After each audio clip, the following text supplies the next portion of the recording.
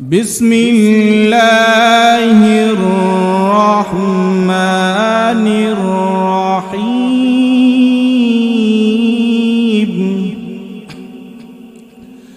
তাবারাকাল্লাযী বিয়াদিহিল মুলক ওয়া হুয়া আলা কুল্লি শাইইন কাদির।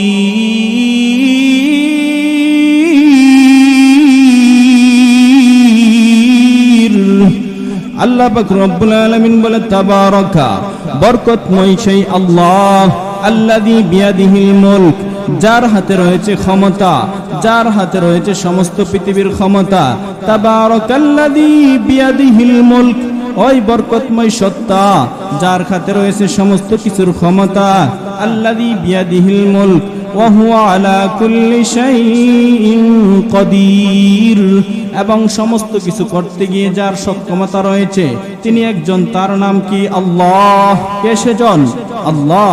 তো আল্লাহ পাক রব্বুল আলামিন এই সূরার প্রথমেই বলতেছেন, আল্লাহ তাআলার পরিচয় দিতেছেন যে তাবারাকাল্লাযী বিয়াদিহিল মুলক, আল্লাহ হচ্ছেন ওই বরকতময় আল্লাহ যার হাতে কি? সমস্ত কিছুর মালিক। সমস্ত কিছুর মালিক কে? আল্লাহ। আল্লাহ পাক রব্বুল আলামিন বলেন, আমি আল্লাহ পাক রব্বুল আলামিন সমস্ত কিছুর মালিক। ইজ্জত দেওয়ার মালিক আমি আল্লাহ, ক্ষমতা দেওয়ার মালিক আমি আল্লাহ, সমস্ত কিছুর মালিক আমি আল্লাহ। এই জন্য আল্লাহ পাক রব্বুল আলামিন আল্লাহর নবী বিশ্ব নবীকে ডেকে ডেকে বলে, ওগো নবীজি, আপনি আপনার উম্মতদেরকে জানায়া দেন সমস্ত কিছুর মালিক আল্লাহ। সমস্ত কিছুর মালিক কে? আল্লাহ। আল্লাহ শুধু নিজে বলছেন তাই নয়, নবীজিকে বলছে, ওগো নবীজি, আপনি আপনার উম্মতদেরকে জানায়া দেন যে দুনিয়াতে যা কিছু আছে সমস্ত কিছুর মালিক একমাত্র আল্লাহ, এবং ইজ্জত সম্মান যা কিছু আছে সবকিছুর মালিক কে? আল্লাহ। এই জন্য আল্লাহ পাক রব্বুল আলামিন নবীকে ডেকে ডেকে বলে, ওগো নবীজি, আপনি আপনার উম্মতদেরকে জানায়া দেন সমস্ত কিছুর মালিক একমাত্র আল্লাহ। কুলিল্লাহুম্মা মালিকাল মুলক তু'তিল মুলকা মান তাশা ওয়া তানজিউল মুলকা মিম্মান তাশা وتعز من تشاء وتذل من تشاء بيدك الخير إنك على كل شيء قدير।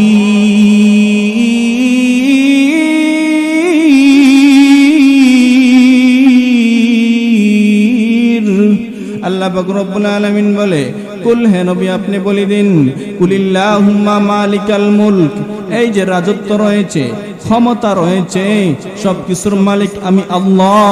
কুলিল্লাহুম্মা মালিকাল মুলক, ওগো নবীজি, আপনি আপনার উম্মতদেরকে জানায় দেন সমস্ত কিছুর ক্ষমতা একমাত্র কার কাছে? আল্লাহর কাছে। আল্লাহ বলেন, কুলিল্লাহুম্মা মালিকাল মুলক, এই যে রাজত্ব রয়েছে, সার্বভৌমত্ব রয়েছে, আসমান রয়েছে, জমিন রয়েছে, সমস্ত কিছুর মালিক একজন, তিনি হচ্ছেন আল্লাহ। আল্লাহ বলে, কুলিল্লাহুম্মা মালিকাল মুলক তু'তিল মুলকা মান তাশা। আল্লাহ বলেন, ওগো নবীজি, আমি যাকে চাই তাকে কি দেই? ক্ষমতা দেই। আমি যাকে চাই তাকে ক্ষমতার মালিক বানাই। তু'তিল মুলকা মান তাশা ওয়া তু'ইজ্জু মান তাশা ওয়া তুযিল্লু মান তাশা। আল্লাহ বলে, ওগো নবীজি, আপনি আপনার উম্মতদেরকে জানায়া দেন, আমি আল্লাহ যাকে চাই তাকে ইজ্জতের মালিক বানাই, আমি আল্লাহ যাকে চাই তাকে সম্মান দেই, কারণ আমি আল্লাহ যাকে সম্মান দেই তাকে কেউ বেইজ্জতি করতে পারে না। ওয়া তু'ইজ্জু মান তাশা ওয়া তুযিল্লু মান তাশা। এরে আমার ফেরেশতাদের দল, এমন কনকনে শীতের মধ্যে মাহফিলের প্যান্ডেলের মধ্যে আমার বান্দা বান্দিরা কেন বসে আছে? ফেরেশতারা তখন ডেকে ডেকে বলবে, প্রভু গো, তারা আপনার ভয়ে, আপনার আযাবের ভয়ে, আপনার ভয়ে এবং আপনার আশায়, ও প্রভু, এই জন্য তারা প্রচন্ড শীতের মধ্যে কৃষ্ণনগর পূর্বপাড়া কুয়াশার নিচে তারা মাহফিলের মধ্যে বসে আছে।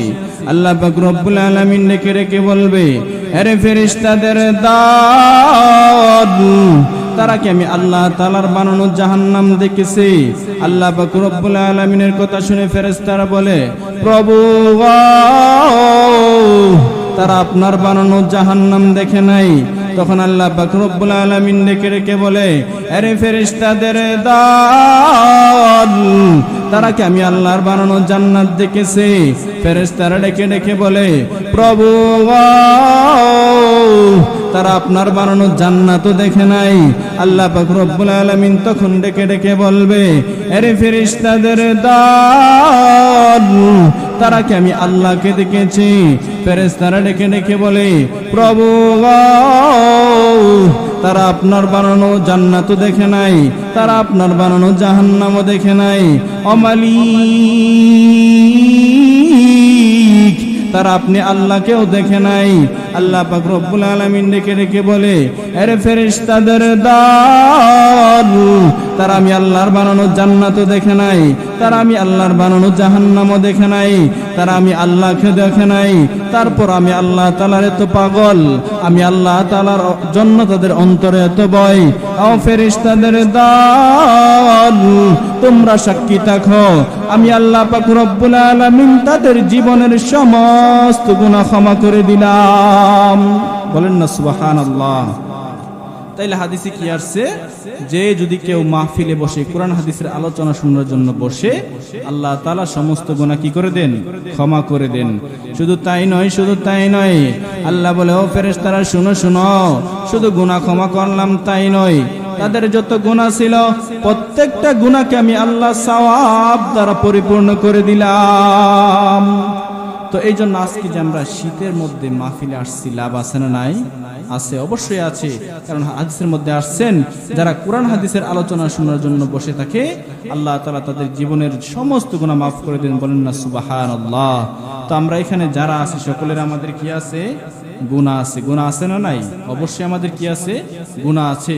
তো আমরা আল্লাহ তাআলার কাছে আশাবাদী যে আল্লাহ তাআলা আজকে আমাদের এই মাহফিলের উসিলা আল্লাহ তাআলা আমাদের সকলের গুনাহ ক্ষমা করে দিবেন। সবাই বলেন আমিন। তো সম্মানিত উপস্থিতি, আমরা যেই সম্পর্কে আলোচনা শুনব, তো আমি আপনাদের সম্মুখে পবিত্র সূরা, পবিত্র কালামুল্লাহ শরীফের একটা সূরা, 114 সূরার মধ্যে হতে একটা সূরা, সূরায়ে মুলক। সূরার নাম কি?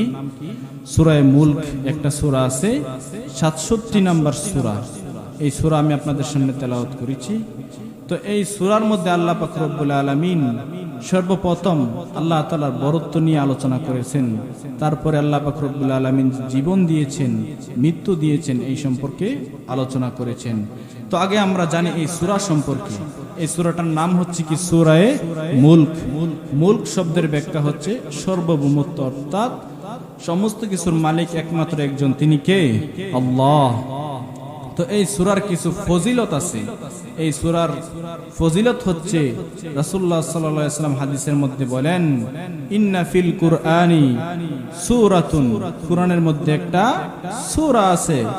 এই সূরাটা যে ব্যক্তি পড়বে, সূরাটা যে ব্যক্তি পড়বে, রাসূল সাল্লাল্লাহু আলাইহি ওয়াসাল্লাম বলেন, ইন্না ফিল কুরআনি সূরাতুন, কুরআনের মধ্যে একটা সূরা আছে। এই সূরাটার মধ্যে 30 আয়াতান, 30টা আয়াত আছে। আল্লাহ নবী বলেন, যে ব্যক্তি এই সূরাটা পড়ে, গুফিরাত লাহু, সে তাকে কি করবেন? ক্ষমা করে দিবেন। অর্থাৎ আল্লাহর কাছ থেকে ক্ষমা চেয়ে আনবে। কি চেয়ে আনবে? ক্ষমা চেয়ে আনবে। এই সূরাটার নাম হচ্ছে তাবারাকাল্লাযী বিয়াদিহিল মুলক। এই সূরাটার নাম হচ্ছে তাবারাকাল্লাযী বিয়াদিহিল মুলক, অর্থাৎ এই সূরার নাম হচ্ছে কি? সূরায়ে মুলক। এই সূরার মধ্যে 30টা আয়াত আছে। কয়টা আয়াত? 30টা আয়াত। অর্থাৎ আমরা কেউ যদি চাই যে এই সূরাটা পড়ব, শিখব, তাহলে একদিন করে যদি একটা আয়াত মুখস্থ করি, 30 দিনে 30টা আয়াত। তো এই সূরাটার এতই পাওয়ার যে অন্য হাদিসের মধ্যে আসছে যে আল্লাহর সাথে ঝগড়া করবে। কি করবে? ঝগড়া। এখন বলবেন যে হুজুর, সূরা আবার আল্লাহর সাথে কিভাবে ঝগড়া করে? না, কোরআন কার কথা? আল্লাহর কথা। কার কথা? আল্লাহর কথা। তো আল্লাহর কথা যেহেতু কোরআন, এই জন্য কোরআন আল্লাহর সাথে কি করবেন? তর্ক করবেন যে আল্লাহ, আপনি তো বলছেন যে ব্যক্তি এই সূরা পড়বে আপনি তাকে কি করবেন? ক্ষমা করে দিবেন। তো সে প্রতিনিয়ত এই সূরাটা পড়ার নিয়ম হচ্ছে প্রতিদিন এশারের পরে। কোন নামাজের পরে? এশারের নামাজের পরে যে ব্যক্তি নিয়মিত এই সূরা পড়বে, রাসূল বলেন যে হাসরের ময়দানে তার কোনো চিন্তা থাকবে না, এবং তাকে যখন কবরের মধ্যে রাখা হবে তখনও তার কোনো কি থাকবে না? চিন্তা থাকবে না। যখন ফেরেশতারা সওয়াল জবাব করার জন্য আসবে, তখন এই পাখির মতো এই সূরাটা গিয়া তাকে কি করবে? সবকিছু সহজ করে দিবেন। বলেন না সুবহানাল্লাহ। তাহলে আজকে আমরা যে সূরা থেকে আলোচনা শুনবো, এই সূরাটার নাম হচ্ছে সূরা মুলক। কি? সূরা মুলক। এই সূরার ফজিলত হচ্ছে যেই ব্যক্তি এই সূরা নিয়মিত পড়বে, আল্লাহ পাক রব্বুল আলামিন তাকে কবরের আযাব, হাসরের আযাব, ফুলসিরাতের আযাব থেকে হেফাজত করবেন। তো এই সূরাটার নাম হচ্ছে সূরা মুলক। এই সূরার মধ্যে আয়াত আছে কয়টা? 30টা। কয়টা? 30টা। তো এই সূরাটা সাহাবায়ে কেরাম বেশি বেশি পড়তেন, কেননা এই সূরার কি রয়েছে? অনেক ফজিলত রয়েছে। তো ইনশাআল্লাহ আজকে আমরা এই সূরা থেকে আলোচনা শুনব। বিসমিল্লাহির রহমানির রহিম।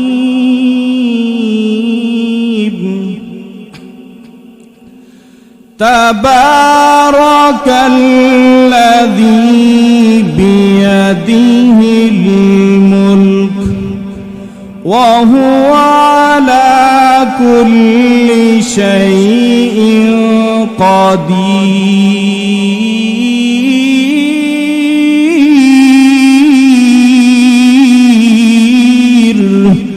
আল্লাহ পাক রব্বুল আলামিন বলে, তাবারাকা, বরকতময় সেই আল্লাহ, আল্লাযী বিয়াদিহিল মুলক, যার হাতে রয়েছে ক্ষমতা, যার হাতে রয়েছে সমস্ত পৃথিবীর ক্ষমতা। তাবারাকাল্লাযী বিয়াদিহিল মুলক, ওই বরকতময় সত্তা যার হাতে রয়েছে সমস্ত কিছুর ক্ষমতা। আল্লাযী বিয়াদিহিল মুলক ওয়া হুয়া আলা কুল্লি শাইইন কাদির, এবং সমস্ত কিছু করতে গিয়ে যার সক্ষমতা রয়েছে তিনি একজন, তার নাম কি? আল্লাহ। কে সেজন? আল্লাহ।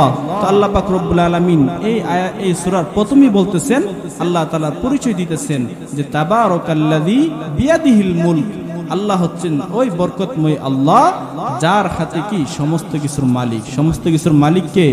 আল্লাহ। আল্লাহ পাক রব্বুল আলামিন বলেন, আমি আল্লাহ পাক রব্বুল আলামিন সমস্ত কিছুর মালিক। ইজ্জত দেওয়ার মালিক আমি আল্লাহ, ক্ষমতা দেওয়ার মালিক আমি আল্লাহ, সমস্ত কিছুর মালিক আমি আল্লাহ। এই জন্য আল্লাহ পাক রব্বুল আলামিন আল্লাহর নবী বিশ্ব নবীকে ডেকে ডেকে বলে, ওগো নবীজি, আপনি আপনার উম্মতদেরকে জানায়া দেন সমস্ত কিছুর মালিক আল্লাহ। সমস্ত কিছুর মালিক কে? আল্লাহ। আল্লাহ শুধু নিজে বলছেন তাই নয়, নবীজিকে বলছে, ওগো নবীজি, আপনি আপনার উম্মতদেরকে জানায়া দেন যে দুনিয়াতে যা কিছু আছে সমস্ত কিছুর মালিক একমাত্র আল্লাহ, এবং ইজ্জত সম্মান যা কিছু আছে সবকিছুর মালিক কে? আল্লাহ। এই জন্য আল্লাহ পাক রব্বুল আলামিন নবীকে ডেকে ডেকে বলে, ওগো নবীজি, আপনি আপনার উম্মতদেরকে জানায়া দেন সমস্ত কিছুর মালিক একমাত্র আল্লাহ। কুলিল্লাহুম্মা মালিকাল মুলক তু'তিল মুলকা মান তাশা ওয়া তানজিউল মুলকা মিম্মান তাশা وتعز من تشاء وتذل من تشاء بيدك الخير إنك على كل شيء قدير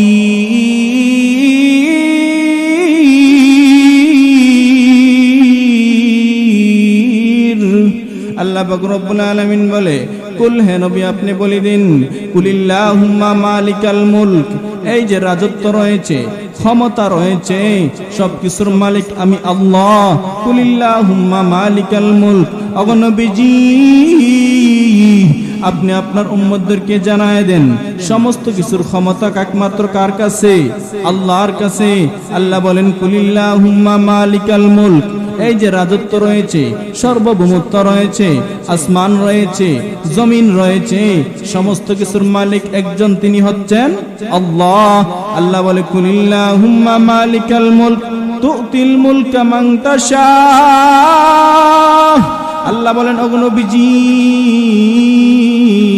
আমি যাকে চাই তাকে কি দেই ক্ষমতা দেই আমি যাকে চাই তাকে ক্ষমতার মালিক বানাই তুতিল মুলকা মান তাশা ওয়া তুইজ্জু মান তাশা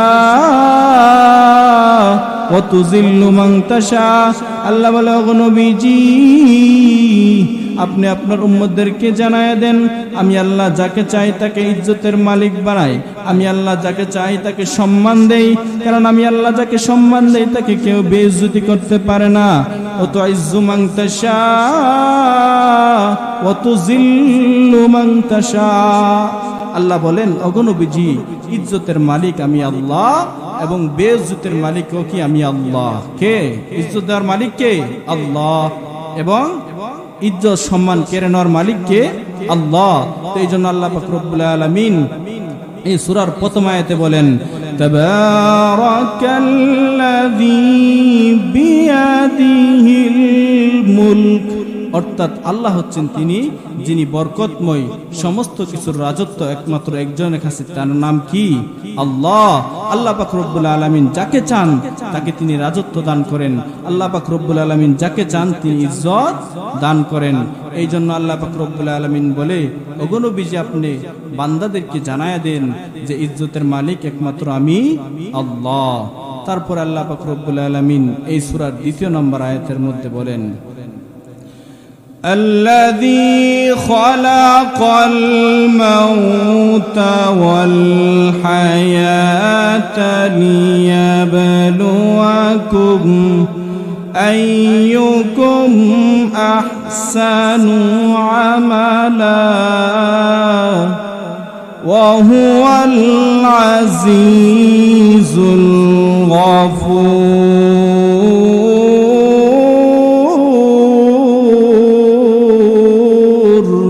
আল্লাহ পাক রব্বুল আলামিন বলেন আল্লাযী খালাকাল মাউতা ওয়াল হায়া আমি আল্লাহ পাক রব্বুল আলামিন কেমন বরকতময় আল্লাহ আল্লাযী খালাকাল মাউতা ওয়াল হায়া জীবন দেওয়ার মালিক আমি আল্লাহ মরণ দেওয়ার মালিক আমি আল্লাহ সুস্থ রাখার মালিক আমি আল্লাহ ভালো রাখার মালিক আমি আল্লাহ আল্লাহ বলে মুমিন শুনো শুনো মুমিন জীবন দেওয়ার মালিক কে আল্লাহ মরণ দেওয়ার মালিক কে আল্লাহ এইজন্য আল্লাহ বলেন আল্লাযী খালাকাল মাউতা ওয়াল হায়া ও দুনিয়ার বান্দা বান্দীরা শুনো শুনো জীবন দেওয়ার মালিক হচ্ছে আমি আল্লাহ মরণ দেওয়ার মালিক হচ্ছে আমি আল্লাহ তোমার জীবনের প্রত্যেকটা সময় তোমার জীবনের লাইফের পুরোটার মালিক হচ্ছে আমি আল্লাহ আচ্ছা বলেন তো আমাদের জীবন দেওয়ার মালিক কে আল্লাহ মৃত্যু দেওয়ার মালিক আল্লাহ আমাদের যে যৌবনকাল আছে যৌবনকালের মালিক কে আল্লাহ কারণ মানুষের জীবনের সবচেয়ে দামি সময়টার নাম হচ্ছে যৌবনকাল কোন কাল জওয়ানি কাল কারণ এই লাইফের মধ্যে পুরা সময়টার মধ্যে যখন মানুষের জওয়ানি কাল থাকে ওই সময় মানুষের দাম থাকে কারণ যখন জওয়ান থাকে পরিবারের কাছেও দামি হয়ে যায় সমাজের কাছেও দামি হয়ে যায় রাষ্ট্রের কাছেও দামি হয়ে যায় নেতার কাছেও দামি হয়ে যায় এইজন্য আল্লাহ বলে মুমিন শুনো শুনো আমি আল্লাহ পাক রব্বুল আলামিন তোমার সমস্ত কিছুর মালিক হচ্ছে আমি আল্লাহ এইজন্য আল্লাহ তাআলা বলেন আল্লাযী খালাকাল মাউতা ওয়াল হায়া ও বান্দা শুনো শুনো আমি আল্লাহ তোমার মরণ দেওয়ার মালিক কে আল্লাহ জীবন দেওয়ার মালিক কে আল্লাহ আল্লাহ বলে শুধু তাই নয় তুমি যখন তোমার মায়ের পেটে ছিলে তখন তোমাকে রক্ষণাবেক্ষণের দায়িত্ব পালন করছি আমি আল্লাহ। অর্থাৎ আমরা যখন আমাদের মায়ের পেটে ছিলাম তখন আমাদেরকে রক্ষণাবেক্ষণ করেছেন একজন, তিনি কে? আল্লাহ। আল্লাহ পাক রব্বুল আলামিন বলেন, ও বান্দাবান্দীরা শুনো, তোমাদের সব কিছুর মালিক একমাত্র আমি আল্লাহ। আল্লাহ পাক রব্বুল আলামিন বলেন, খলাকাল ইনসানা মিন সালসালিন কাল ফাখখার ওয়া খলাকাল জান্না মিন মারিজিন মিন নার ফাবিআইয়ি আলা'i রাব্বিকুমা তুকাযযিবান রব্বুল মাশরিকাইনি ওয়া রব্বুল মাগরিবাইন ফাবিআইয়ি আলা'i রাব্বিকুমা তুকাযযিবান মারাজাল বাহরাইনি ইয়ালতাকিয়ান বাইনাহুমা বারযাখুন লা ইয়াবগিয়ান ফাবিআইয়ি আলা'i রাব্বিকুমা তুকাযযিবান ইয়াখরুজু মিনহুমাল লু'লু'ু ওয়াল মারজান ফাবিআইয়ি আলা'i রাব্বিকুমা তুকাযযিবান। বলেন না সুবহানাল্লাহ। কুরআন তেলাওয়াত শুনলে ঈমান বাড়ে। কি বাড়ে? ঈমান বাড়ে। কারণ আল্লাহ তাআলা বলেন, যে ব্যক্তি কুরআন তেলাওয়াত শুনবে তার ঈমান বেড়ে যাবে। কুরআন পড়লে, বুঝা পড়লে, না বুঝা পড়লে, শুনলে, দেখলে প্রত্যেকটার মধ্যে সওয়াব আছে না নাই? আছে, অবশ্যই কি আছে? সওয়াব আছে। তো আল্লাহ পাক রব্বুল আলামিন বলেন, খলাকাল ইনসানা মিন সালসালিন কাল ফাখখার, এই মানুষ শুনো, তোমাদেরকে আমি আল্লাহ তাআলা টনটনে শুষ্ক মাটি দ্বারা কি করেছি? সৃষ্টি করেছি। শুধু তাই নয়, ওয়াল্লাযী খলাকাকুম মিন তুরাবিন সুম্মা মিন নুতফা সুম্মা মিন আলাকা। আল্লাহ বলেন, বান্দা, তোমাদেরকে আমি আল্লাহ তাআলা তোমাদের মায়ের পেটের রেহেমে যখন ছিলে তখন তোমরা প্রথম ছিলে নাপাক পানি, তারপরে ছিলে রক্ত, তারপরে গোশত, তারপরে হাড্ডি। তো আমি আল্লাহ তাআলা শুধু তোমাদেরকে জীবন মরণ দিয়েছি তাই নয়, তোমাদের মায়ের পেটে যখন ছিলে তখনও আমি আল্লাহ তাআলা তোমাদের কি করেছি? রক্ষণাবেক্ষণ করেছি। তাহলে আমাদের হায়াত মওত সবকিছুর মালিক কে? আল্লাহ। কে? আল্লাহ। আল্লাহ বলে, বান্দা শোনো শোনো, আমি আল্লাহ পাক রব্বুল আলামিন যদি কাউকে বাঁচাতে চাই তাহলে তাকে কেউ মারতে পারে না। এই জন্য মুমিন আল্লাহ পাক রব্বুল আলামিন বলে, ও দুনিয়ার বান্দা বান্দিরা শোনো শোনো, আল্লাযী খলাকাল মাউতা ওয়াল হায়া। আল্লাহ পাক রব্বুল আলামিন বলে, এ মুমিন ভালো করে শুনিয়া নাও, আল্লাযী খলাকাল মাউতা ওয়াল হায়া, আল্লাহ তাআলা যাকে বাঁচাতে চান তাকে কেউ মারতে পারে না। দলিল কি? প্রমাণ কি? এ মুমিন, ইউনুস নবী যখন মাছের পেটে চলে গিয়েছিলেন তখন তিনি বাঁচার কোনো কি নাই, সম্ভাবনা নাই, কিন্তু তিনি একজনের কাছে সাহায্য চেয়েছিলেন। তার নাম কি? আল্লাহ। কে সেজন? আল্লাহর কাছে সাহায্য চেয়ে বলেছিলেন, ও মালিক, আজকে আমাকে আপনি কি করেন? রক্ষা করেন। আমরা সকলে জানি দোয়া ইউনুস, কোরআনের একটা আয়াত আছে, সকলে জানেন কি জানেন না? এই আয়াত দ্বারা তিনি আল্লাহকে ডাক দিয়েছিলেন, লা ইলাহা ইল্লা আনতা সুবহানাক ইন্নী কুনতু মিনাল যালিমিন।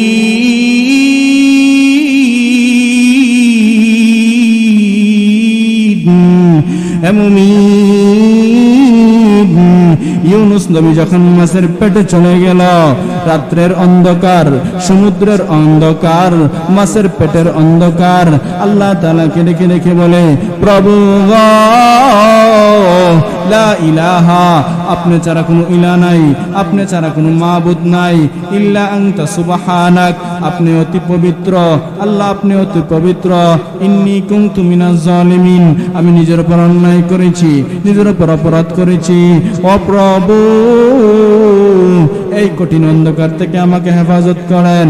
আল্লাহ পাক রব্বুল আলামিন ফেরেশতাদেরকে ডেকে ডেকে বলে, আরে ফেরেশতাদের দল, আমার নবী ইউনূস মাছের পেটের মধ্যে রয়েছে, অন্ধকারের মধ্যে রয়েছে, রাত্রের অন্ধকার, সমুদ্রের অন্ধকার, মাছের পেটের অন্ধকার। হে ফেরেশতা যাও যাও, আমার নবী মাছের পেটে থাকতে পারে, অন্ধকারে থাকতে পারে, কিন্তু কঠিন বিপদের সময় আমি মালিককে বলে নাই। তো এই জন্য আল্লাহ যদি কাউকে বাঁচাতে চায়, কেউ মারতে পারে? কেউ মারতে পারে না। শুধু তাই নয়, ইব্রাহিম নবীকে যখন আগুনের মধ্যে ফালানো হয়েছিল, তখন ইব্রাহিম আলাইহিস সালামকে যখন আগুনের মধ্যে ফালাইছিল নমরুদ, কে বাঁচাইছিল? আল্লাহ তাআলা। ইব্রাহিম আলাইহিস সালামকে যখন আগুনের মধ্যে ফালানো হয়, জিবরাইল ডেকে ডেকে বলে, ও পয়গম্বর, আপনি আমাকে একটু আদেশ করেন, আগুনকে আমি এমন ধাক্কা দেব, সমুদ্রের মধ্যে নিয়ে ফালাইয়া দেব। আল্লাহর নবী ইব্রাহিম বলে, না না। মিকাইল আলাইহিস সালাম বলেন, ও পয়গম্বর, আমাকে একটু অনুমতি দেন, আমি এখানে বৃষ্টি দিয়ে বন্যা করে দেব। আল্লাহর নবী ইব্রাহিম বলে, না না, তোমরা কে কে? আল্লাহ কি আমাকে দেখেন নাই? যে আল্লাহর ইবাদত করি সে আল্লাহ আমাকে হেফাজত করবেন। তখন আল্লাহ তাআলা বলেন, ইয়া নারু কুনি বারদাও ওয়া সালামুন আলা ইব্রাহিম, হে আগুন, তুমি ইব্রাহিমের জন্য কি হয়ে যাও? ফুলের বাগান হয়ে যাও। এই জন্য আল্লাহ তাআলা বলেন, আল্লাযী খালাকাল মাউতা ওয়াল হায়াতা লিয়াবলুয়াকুম আইয়ুকুম আহসানু আমালা। আল্লাহ পাক রব্বুল আলামিন বলে, ও দুনিয়ার বান্দা বান্দিরা, আল্লাযী খালাকাল মাউতা ওয়াল হায়াত, এই জীবন এবং মরণের মালিক একজন, তিনি কে? আল্লাহ। সবাই জোরে বলেন না আল্লাহ। আল্লাহর নাম জোরে বলা সুন্নাত, সবাই বলেন না আল্লাহ। আমাদের হায়াতের মালিক কে? আল্লাহ। আমাদের মৌতের মালিক কে? আল্লাহ। আল্লাহ পাক রব্বুল আলামিন বলে, ওগো নবীজি, হায়াতের মালিক আমি আল্লাহ, মৌতের মালিক আমি আল্লাহ, জীবন দেয় আমি আল্লাহ, মৃত্যু দেয় আমি আল্লাহ। আমি আল্লাহ পাক রব্বুল আলামিন এমন আল্লাহ, আমি আল্লাহ পাক রব্বুল আলামিনের কোনো মৃত্যু নাই, আমার কোনো শেষ নাই। দুনিয়াতে যারা আছে সবাই মৃত্যুবরণ করবে, অর্থাৎ আমরা যারা আছি সকলে একদিন কি হব? মৃত্যুবরণ করব। আল্লাহ পাক রব্বুল আলামিন বলেন, দুনিয়াতে যা কিছু আছে সব কিছু একদিন কি হয়ে যাবে? শেষ হয়ে যাবে। কিন্তু আল্লাহ তাআলার ভরত্ব, আল্লাহ তাআলার রাজত্ব কি হবে না? শেষ হবে না। আল্লাহ পাক রব্বুল আলামিন বলেন, কুল্লু মান আলাইহা ফান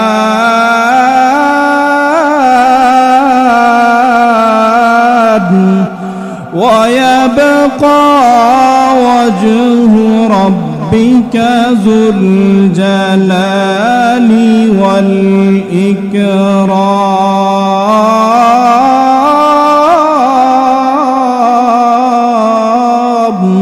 আল্লাহ পাক রব্বুল আলামিন বলেন, ওগো নবীজি, কুল্লু মান আলাইহা ফান, দুনিয়াতে যা কিছু আছে সমস্ত কিছু ধ্বংস হয়ে যাবে, সব ধ্বংস হয়ে যাবে।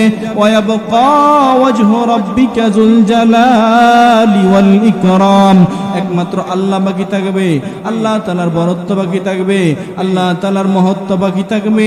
আর যা কিছু আছে সমস্ত কিছু ধ্বংস হয়ে যাবে। তো এই জন্য দুনিয়াতে যা আছে সবকিছু কি হয়ে যাবে?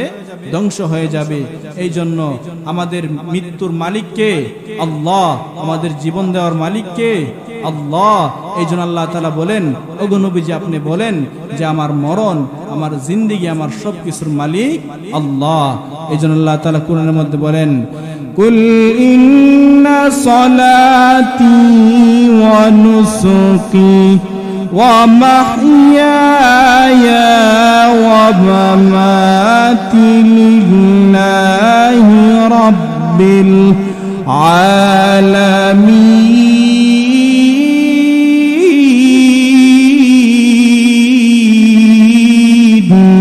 আল্লাহ বলে, ওগো নবীজি আপনি বলেন, কুল ইন্না সলাতি, আমার নামাজ, ওয়া নুসুকি, আমার কুরবানি, ওয়া মাহইয়ায়া ওয়া মামাত, আমার জীবন, আমার মরণ, আমার হায়াত, আমার মরদ, সবকিছুর মালিক হচ্ছে আল্লাহ।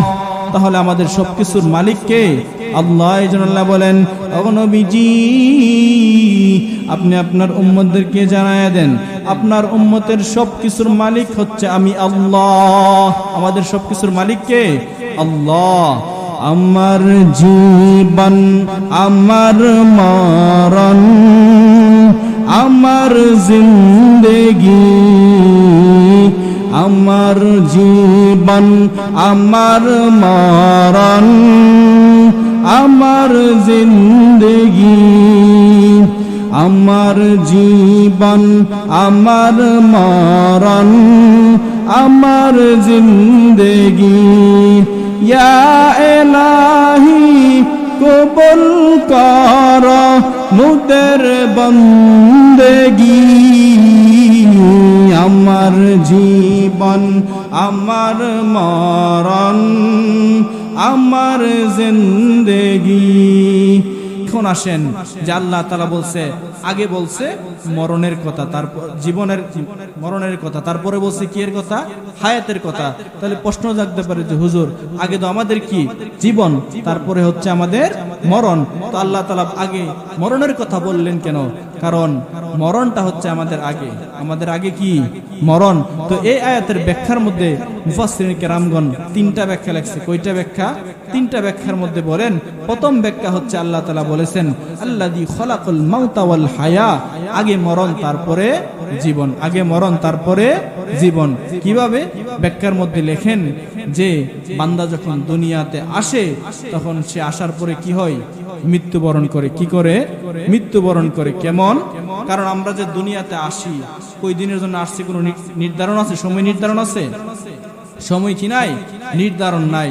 এই জন্যই দেখবেন প্রত্যেক নামাজের কি আছে? আজান একামত আছে না নাই? আয়াতের ব্যাখ্যার মধ্যে লেখেন যে মানুষ যখন দুনিয়াতে আসে, ছেলে হোক মেয়ে হোক, ডান কানে আজান দেওয়া হয়, বাম কানে কি দেওয়া হয়? একামত দেওয়া হয়। তো এই জন্য এই আয়াতের ব্যাখ্যায় লেখেন যে মানুষ দুনিয়াতে আসছে ঠিক আছে, কিন্তু কখন মৃত্যুবরণ করবে সেটার কোনো কি নাই? গ্যারান্টি নাই। সাধারণত দুনিয়ার বাজারে আমরা দেখি মোবাইল কিনলে, হ্যাঁ, তারপরে ফ্রিজ কিনলে, বিভিন্ন ইলেকট্রনিক্স জিনিস কিনলে কি আছে? 1 বছর 2 বছরের কি আছে? মেয়াদ আছে। কিন্তু আমরা এত দুর্বল, আমাদের একদিনের কি নাই? কোনো মেয়াদ নাই।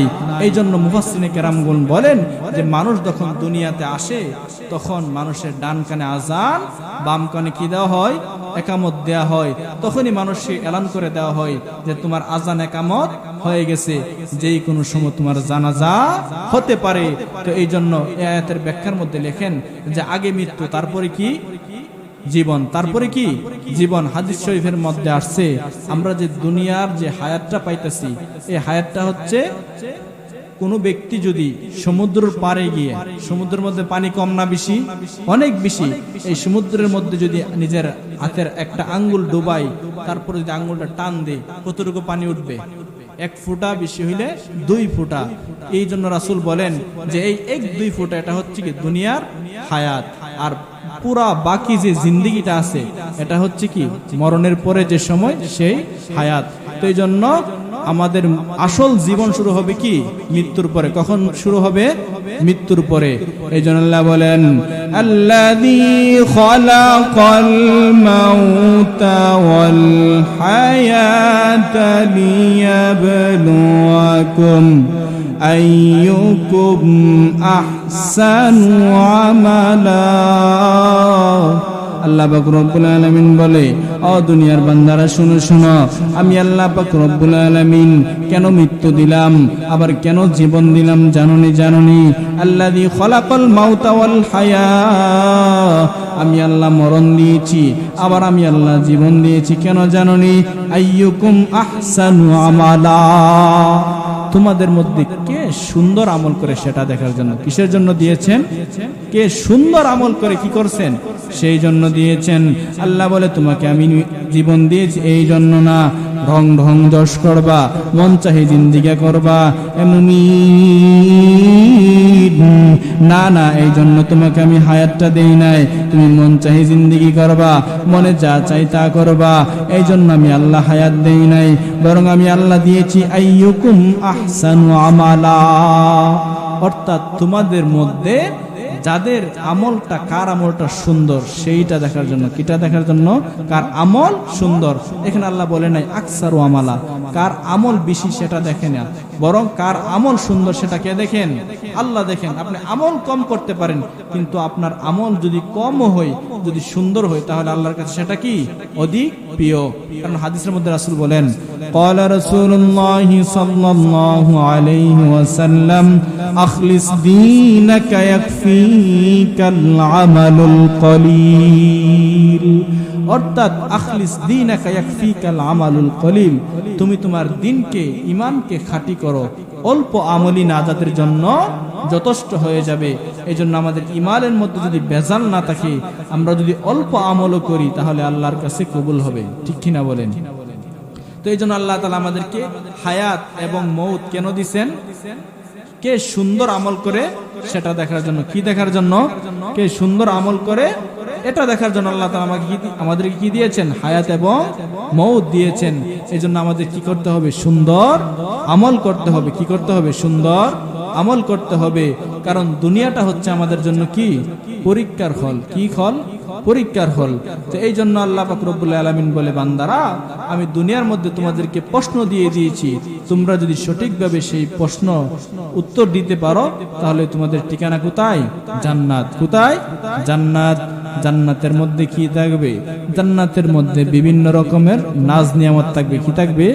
জান্নাতের মধ্যে বিভিন্ন রকমের নাজ নিয়ামত থাকবে। কি নাজ নিয়ামত? খাওয়া দাওয়া যা আছে, যা চাইবেন সবকিছু কোথায় আছে? জান্নাতের মধ্যে আছে। হাদিসের কিতাবের মধ্যে আছে, জান্নাতের মধ্যে যে একটা বড়ই গাছ থাকবে, এই বড়ই একটা মটকার মতো হবে। কিসের মতো? মটকার মতো। যার ওজন যদি দেওয়া হয়, কিতাবে লেখেন 12 মণ হইব। কয় মণ? 12 মণ। এখন কইবেন, হুজুর এত বড় বড়ি দিব, এই বড়ি নিচে ফেরত আমরা কি এমনই শেষ? এই 12 মণ বড়ি যদি আপনার পরে বাঁচবেন না মরবো? মারা যাইব? না না। আল্লাহ বলে, বান্দা না না, শুনো শুনো, ওই সময় তোমার দেহটা আর কি থাকবে না? এরকম থাকবে না। ওই সময় জান্নাতে যখন মানুষ প্রবেশ করবে, প্রত্যেকের বছর হবে, বয়স হবে 33। কত? 33। একদিন কমবেও না, বাড়বেও না। প্রত্যেকের দেহের সাইজ থাকবে 60 হাত। কই হাত? 60 হাত। তো বড়ই যেরকম বড়, মানুষের শরীরটাও কি হবে? এরকম বড় হবে। কারণ আমাদের আদি পিতা আদম আলাইহিস সালামের লম্বা উচ্চতা ছিল 60 হাত। কই হাত? 60 হাত। তো আমরা যখন জান্নাতে প্রবেশ করব, তখন আমাদের দেহের সাইজ হবে কই হাত? 60 হাত। তো 60 হাতের মানুষ যদি মটকার সমপরিমাণ বড়ি খাইতে কোনো সমস্যা হবে? কোনো সমস্যা হবে না। আল্লাহ পাক রব্বুল আলামিন বলে, ও দুনিয়ার বান্দা বান্দিরা, শুনো শুনো, যে ব্যক্তি আমি আল্লাহর বানানো জান্নাতে প্রবেশ করবে, তাদের জন্য থাকবে বিভিন্ন রকমের নাজ নিয়ামত, যা মনে চাই। আল্লাযী খলাকাল মাউতা ওয়াল হায়াত। আল্লাহ বলে, ও দুনিয়ার বান্দা বান্দিরা, শুনো শুনো, আমি আল্লাহ পাক রব্বুল আলামিন জীবন দিয়েছি এবং মরণ দিয়েছি। কেন জানোনি? আইয়ুকুম আহসানু আমালা, তোমাদের মধ্যে যারা ভালো আমল করবে, তোমাদের মধ্যে যারা মন্দ আমল ছাড়বে, অর্থাৎ সদা সর্বদা আমি আল্লাহ তাআলার বিধান মেনে মেনে চলবে, কোরআন তেলাওয়াত শুনবে, কোরআনের মাহফিল শুনবে, কোরআনের সাথে মহব্বত করবে, আমি আল্লাহ তাদের ঠিকানা বানিয়ে দিব জান্নাতে। সুবহানাল্লাহ বলেন। তো এই জন্য কোরআন তেলাওয়াত শুনলে ভালো লাগে না খারাপ লাগে? ভালো লাগে। কারণ আল্লাহ তাআলা বলেন, যারা কোরআন তেলাওয়াত শুনে আল্লাহ তাআলা তাদের ঈমান বাড়ায়। কি বাড়ায়? ঈমান বাড়ায়। আমার কথা আল্লাহ বলেন, ইন্নামাল মুমিনুনা আল্লাযীনা ইযা যুকিরাল্লাহু ওয়াজিলাত কুলুবুহুম ওয়া ইযা তুলিয়াত আলাইহিম আয়াতুহু যাদাতহুম ঈমানা ওয়া আলা রাব্বিহিম ইয়াতাওয়াক্কালুন। আল্লাহ বলেন, ইন্নামাল মুমিনুনা আল্লাযীনা ইযা যুকিরাল্লাহ, মুমিন হচ্ছে তারা যাদের অন্তরে ইযা যুকিরাল্লাহ, যখন আল্লাহ তাআলার কথা স্মরণ করা হয়, আল্লাহ তাআলার কথা তাদের সামনে বলা হয়, তখন তাদের অন্তরের মধ্যে একটা কাঁপন সৃষ্টি হয়ে যায়। ওয়া ইযা তুলিয়াত আলাইহিম আয়াতুহু যাদাতহুম ঈমানা, আর যখন তাদের সামনে আমার এই আয়াতকে কোরআনকে তেলাওয়াত করা হয় তখন তাদের ঈমান বাড়ে। কি করে? ঈমান বাড়ে। তো এই জন্য কোরআন তেলাওয়াত শুনলে কি হয়? ঈমান কমে না বাড়ে? ঈমান বাড়ে। হে মুমিন, শুধু আমরা কোরআন তেলাওয়াত শুনি তাই নয়, মক্কার কাফেররা নবী আমার রাহমাতুল লিল আলামিন যখন রাতের গভীরে মক্কার কিনারায় দাঁড়ায় কোরআন তেলাওয়াত করত, আবু জাহেল, উতবা, শাইবা তারাও কোরআন তেলাওয়াত শুনত। দিনের বেলা মানুষদেরকে বলে, এই মুহাম্মদ পাগল, মুহাম্মদের তেলাওয়াত শোনা যাবে না, মুহাম্মদের কবিতা শোনা যাবে না। কিন্তু রাতের বেলা, রাতের অন্ধকারে তারা গিয়েও কোরআন তেলাওয়াত শুনে। কারণ কোরআন এমন এক মুজিজা, আল্লাহ তাআলা বলেন যে এই কোরআনের মধ্যে কোনো কি নাই? সন্দেহ নাই। কেমন দেখবেন দুনিয়ার মধ্যে যারা বাংলা পড়তে পারেন, ইংরেজি পড়তে পারেন, যেই লেখক তার কিতাব লেখে, বই লেখে, লেখার পরে লেখা দেয় যদি কোনো ভুল থাকে দয়া করে কি করে দিবেন? আমাকে জানিয়ে দিবেন অথবা সংশোধন করে দিবেন। কিন্তু আল্লাহ তাআলা আমাদেরকে এমন এক কোরআন দিয়েছে, আল্লাহ কোরআনের প্রথমেই চ্যালেঞ্জ করে বলেছেন এই কোরআনের মধ্যে কোনো কি নাই? সন্দেহ নাই। আল্লাহ তাআলা বলেন, আলিফ লাম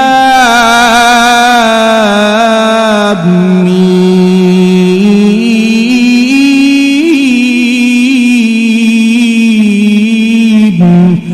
যালিকাল কিতাবু লা রাইবা ফীহি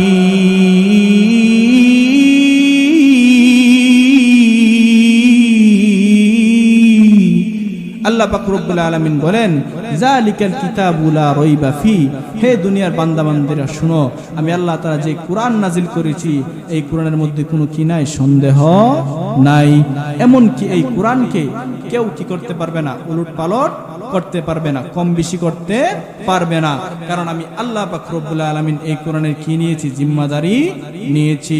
আল্লাহ পাক রব্বুল আলামিন বলেন, ইন্না নাহনু নাযালনা যিকরা ওয়া ইন্না লাহু লাহাফিযুন।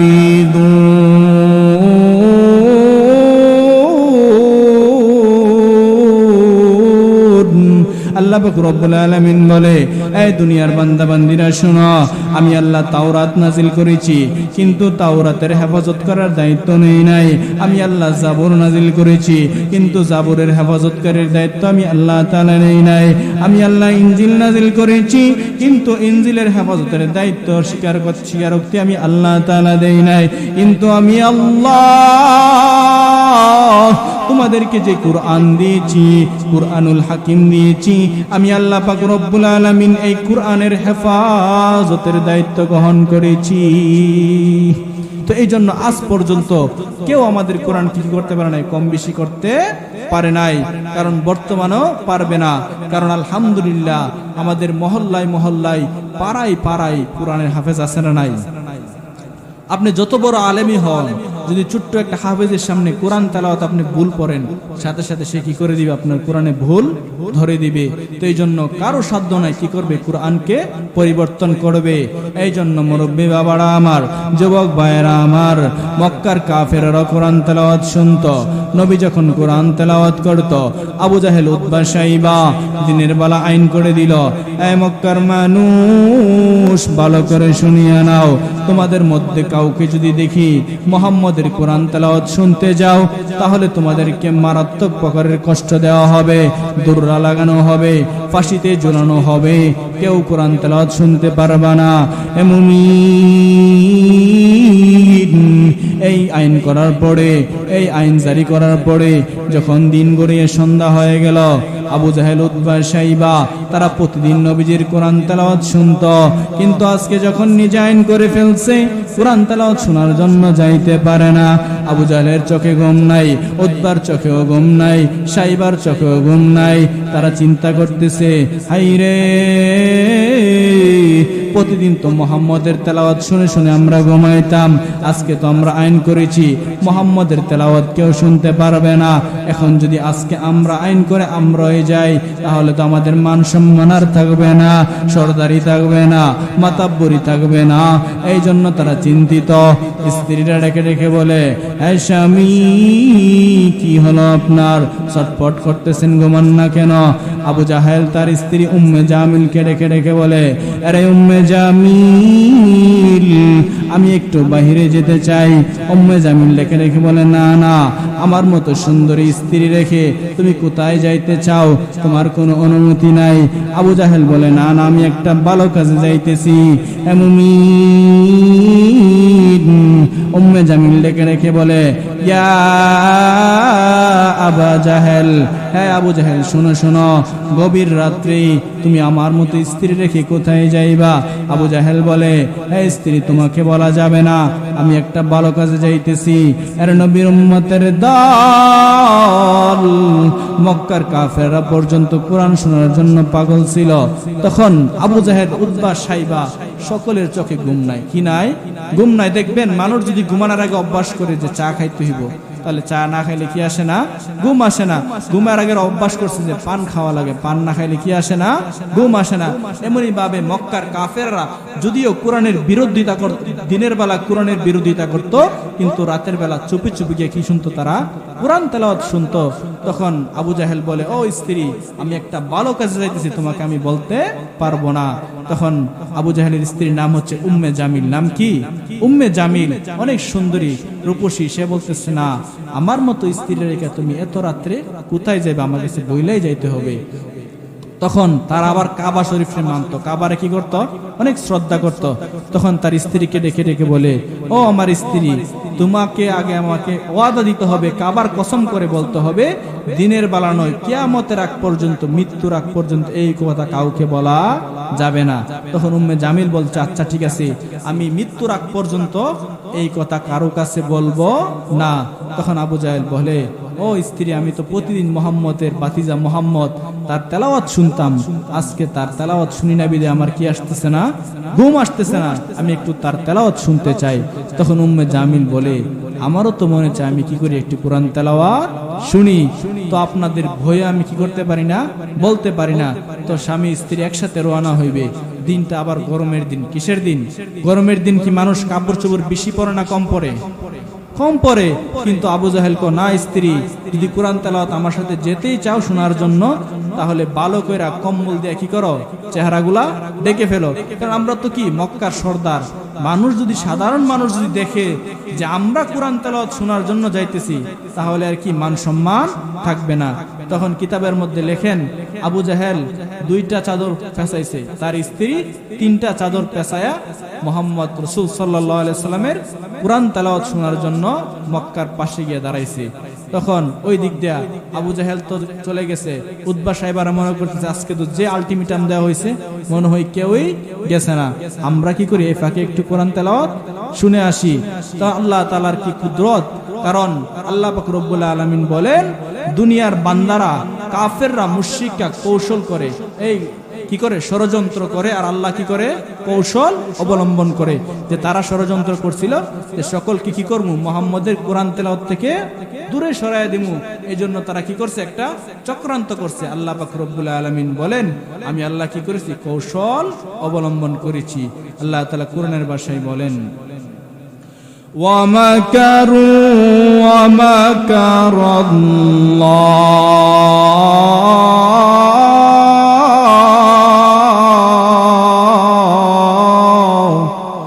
ওয়াল্লাহু খায়রুল মাকিরিন।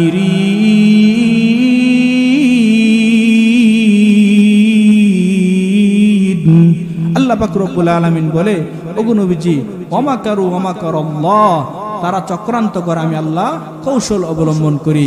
তো তারা চক্রান্ত করছে যে সকল কি করবো, মুহাম্মদের তেলাওয়াত থেকে দূরে সরাইয়া দেবো। তো যখন আবু জাহেল তার স্ত্রী উম্মে জামিলকে নিয়ে কোরআন তেলাওয়াত শোনার জন্য গেল, গভীর রাত্র, অর্থাৎ রাত্রের 3টা বাজে এরকম, ওই সময় তো ঘড়ি ছিল না, আনুমানিক রাত্রের 3টার দিকে গেছে। তো কোরআন তেলাওয়াত শুনতে শুনতে এক পর্যায়ে তারা ঘুমায় গেছে। কি হয়ে গেছে? রাত্রে 3টার সময় যদি কেউ যদি জাগে, তো বিশেষ কোনো কথা বা আওয়াজ শুনলে কি চলে আসে? চোখে ঘুম চলে আসে। তো উম্মে জামিল এবং তার স্বামী আবু জাহেল তারা ঘুমায় গেছে। ওই দিক দিয়ে উতবা সাইবা তারাও গেছে কি শোনার জন্য? কোরআন তেলাওয়াত। কারণ আজকে তো ফাঁকা মাঠ, কেউই যাবে না, আমরা কি এ ফাঁকা কোরআন শুনে আসি। তো সবাই কি করছে? ঘুমাইছে। কেন ঘুমাবে না? কারণ রাসূলের কণ্ঠ কি আমাদের মতন আরো অনেক সুন্দর, অনেক সুন্দর। এই দুনিয়ার মধ্যে কারো কোনো কণ্ঠ রাসূলের সাথে কি যাবে না। কারণ আল্লাহ পাক রব্বুল আলামিন বলে, ওগো নবীজি, ওমা আরসালনাকা ইল্লা রাহমাতাল লিল আলামিন, আমি আপনাকে দুনিয়াতে রহমত স্বরূপ প্রেরণ করেছি। আর আমাদের নবীর চেহারা যেমন ছিল সুন্দর, নবীজির কণ্ঠ ছিল কি সবার চেয়ে বেশি সুন্দর। তো নবীজি যখন মায়াবী কণ্ঠ নিয়ে কোরআন তেলাওয়াত করত, তখন সবাই কি করত? মনোযোগ দিয়া কোরআন তেলাওয়াত করত। কারণ নবীজি তখন মায়াবী কণ্ঠে পড়তেন, ইয়াসিন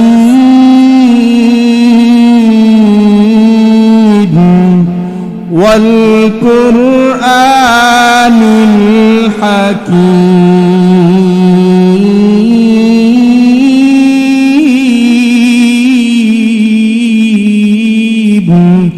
ইন্নাকা লামিনাল মুরসালিন।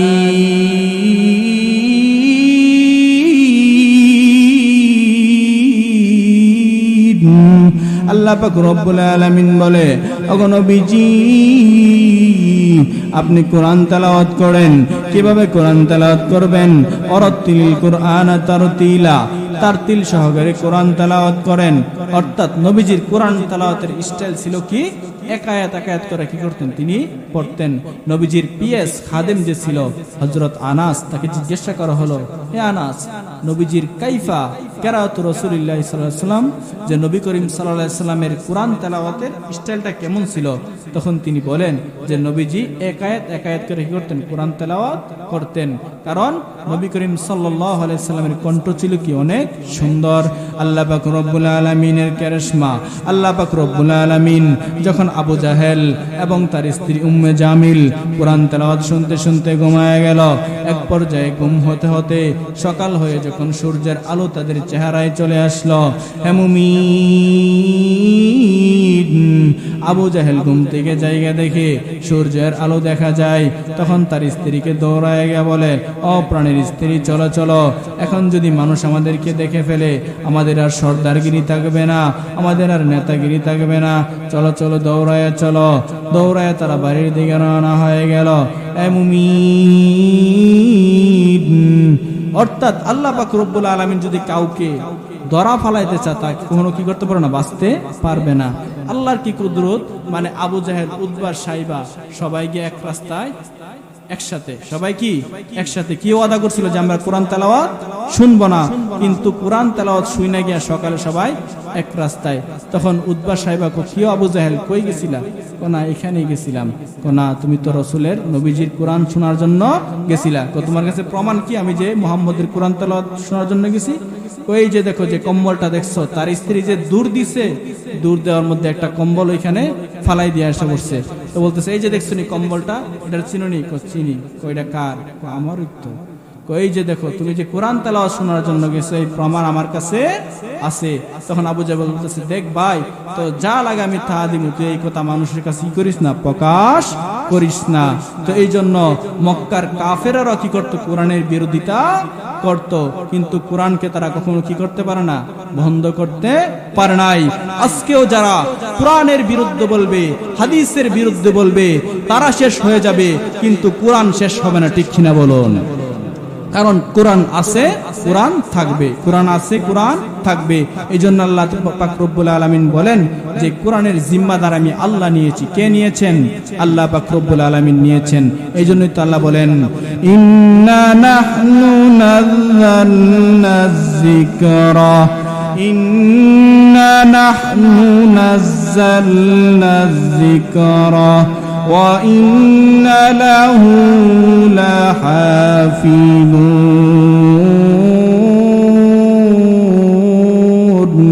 আল্লাহ পাক রব্বুল আলামিন বলেন, নিশ্চয় নিশ্চয় আমি আল্লাহ কুরআন নাজিল করেছি এবং আমি আল্লাহ কুরআনের হেফাজত করব।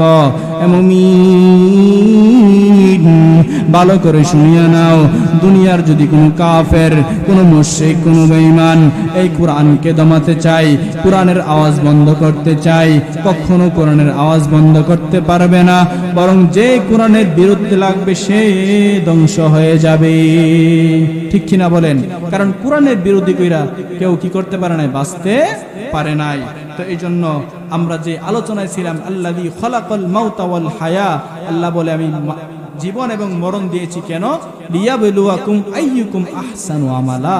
ও দুনিয়ার বান্দাবান্দিরা, তোমাদের মধ্যে কারা সুন্দর আমল করে সেটা দেখার জন্য আমি কি দিয়েছি? আল্লাহ তাআলা হায়াত এবং মওত দান করেছি। কে কি করবে? সুন্দর আমল করবে। কি আমল? সুন্দর আমল। তো এই জন্য মুরব্বী ভাইরা, যুবক ভাইরা, আমাদের আমল কি করতে হবে? সুন্দর করতে হবে। কারণ আমল যদি সুন্দর না হয় তাহলে আল্লাহর কাছে কি হবে না? বেশি গ্রহণযোগ্য হবে না। যেমন কি গ্রহণযোগ্য হবে না? দেখবেন এই যে এখন শীতের সময় চলে, কিছুদিন পরে কি আসবে? আমরা ইরিহাত লাগাইনি, ইরিহাত কি দেই? নিরি দেই। দেখবেন বাবার সাথে ছোট ছোট ছেলেরা কি যায়? খেত গিয়া নিরা। তো নিচে যা পানি আর উপর। বোনেরা, আল্লাহ পাক রব্বুল আলামিন বলেন, আইয়ুকুম আহসানু আমালা।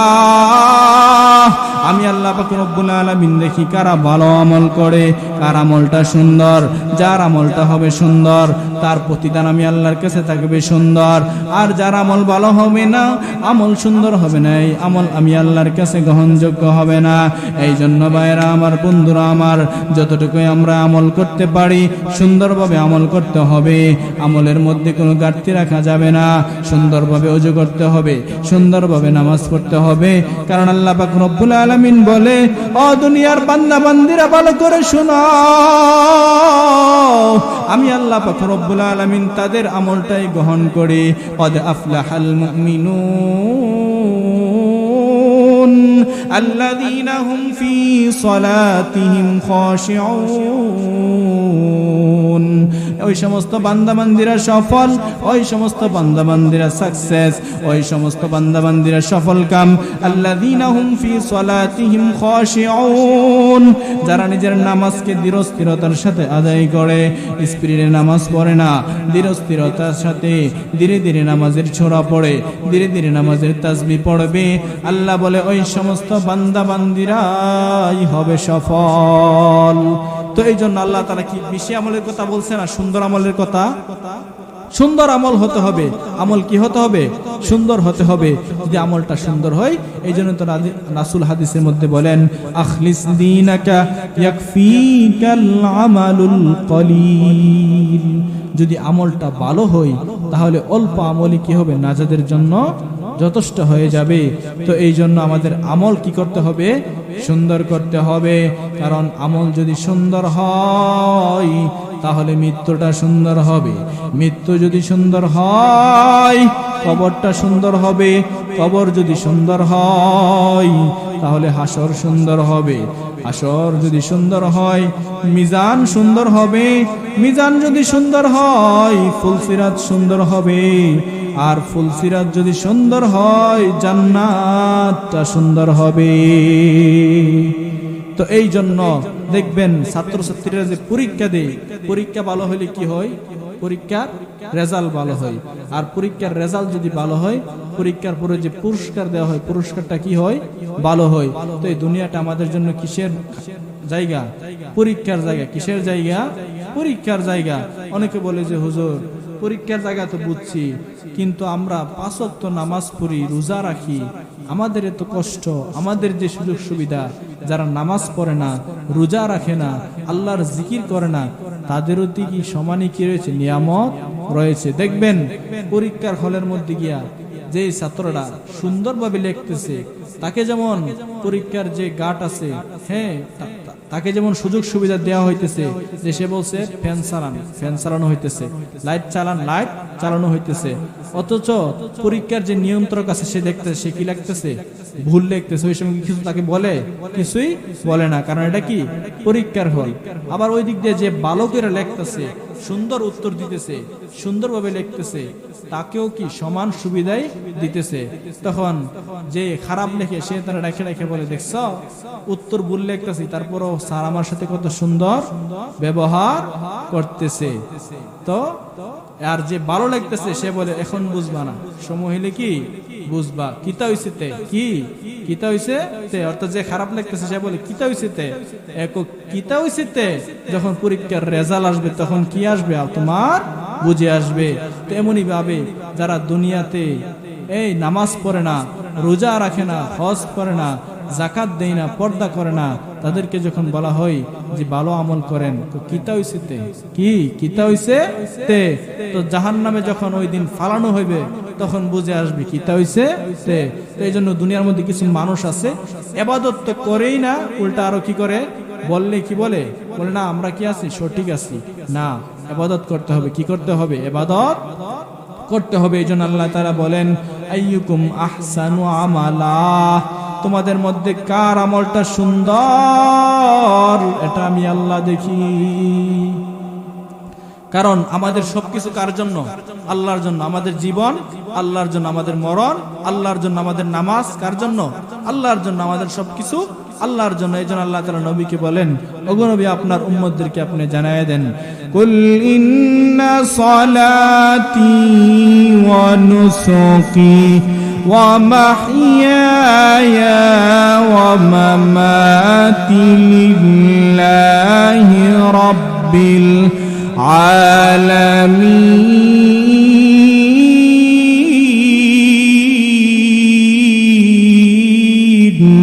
আল্লাহ বলে, ওগো নবীজি আপনি আপনার উম্মতদেরকে জানায় দেন, আমার নামাজ, আমার রোজা, আমার কুরবানি, আমার জীবন, আমার সবকিছু একমাত্র আল্লাহর জন্য। আমাদের সবকিছু কার জন্য, আল্লাহর জন্য। আল্লাহ তাআলা সরাসরি আমাদেরকে বলেন নাই, নবীর মাধ্যমে আমাদেরকে জানাইয়াছেন। আমরা কেমন নবী পাইছি, কি নবী আমাদের জন্য কি রহমত। আল্লাহ বলেন, ওয়ামা আরসালনাকা ইল্লা রাহমাতাল লিল আলামিন।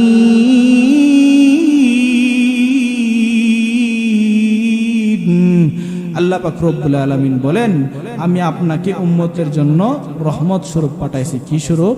রহমত। দুনিয়াতে থাকা অবস্থায় নবী আমাদের জন্য রহমত। আমরা যখন মৃত্যুবরণ করব তখনও নবী আমাদের জন্য কি হবেন? রহমত হবেন।